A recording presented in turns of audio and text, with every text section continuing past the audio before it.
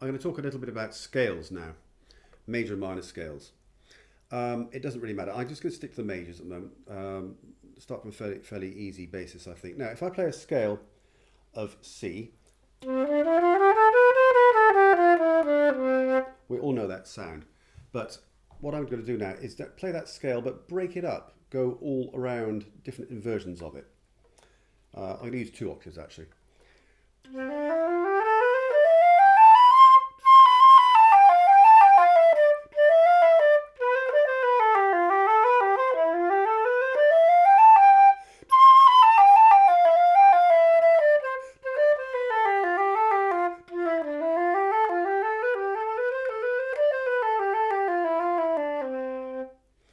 Okay, so what I've done there is just take the scale of C. Okay, I've played it fairly briskly, but I've just taken it all up and down the contours of that scale. That's a very good thing to do, I think. Rather than just sticking with the 7 notes of the octave, it's actually quite nice to break it up into little bite-sized pieces. Now, you could, if you want to do it more simply, you could go.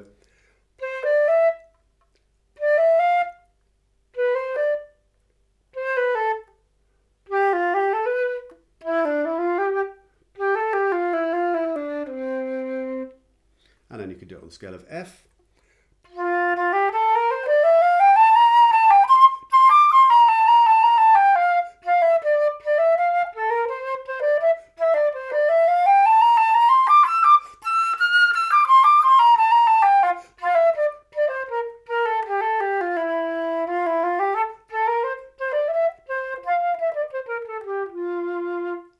So again, it's just the normal scale of F, but breaking it up, make it slightly more interesting for the practice regime.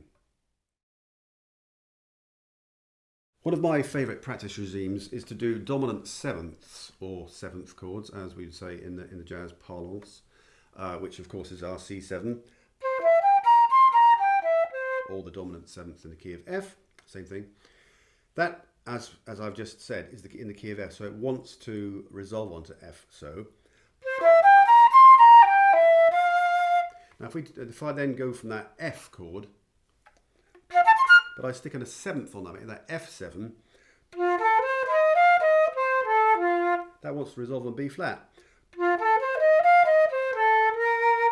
so you can see a pattern's building up. So if I play C7, it wants to go to F7, wants to go to B flat 7, and all the way around, all 12 keys. And I'll just play that for you now, starting on C7.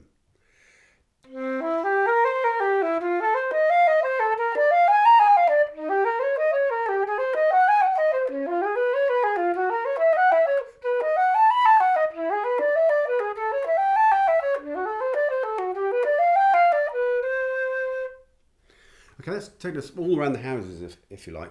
Now, some people call it a cycle of fifths, some people call it a cycle of fourths. It's actually fourths if you go up, or fifths if you go down. It's the same thing, really. C goes to F to B flat.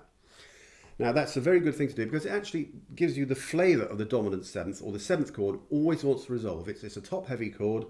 It's an unresolved chord. It wants to resolve on the next chord. And once you stick a 7th on that, of course, it's bringing you on to the next one and all around the houses until you get back home again. It's a very good exercise. I realise it's quite a difficult thing. You need to know all your arpeggios for it, but it's well worth the effort. I'm going to demonstrate now playing arpeggios in 13ths. Here we have C7. If I add up to the 9th, if I keep going in thirds, adding up, we get to the 1, 3, 5, 7, 9, 11, 13. Sounds like this.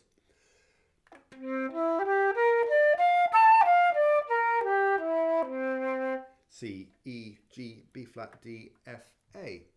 If I go up to the 15th, we're back to C.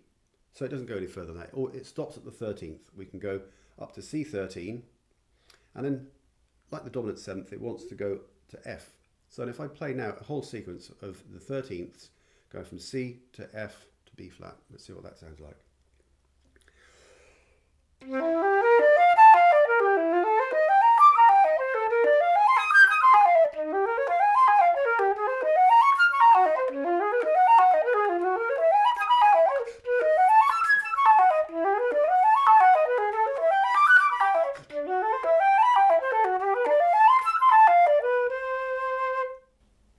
You may have noticed I closed my eyes because I had to start thinking about it, which is no bad thing, I think. Thinking about this, it's all about memory, fingers, it's all intertwined together. And having to think hard is actually quite a good thing because it means you're learning.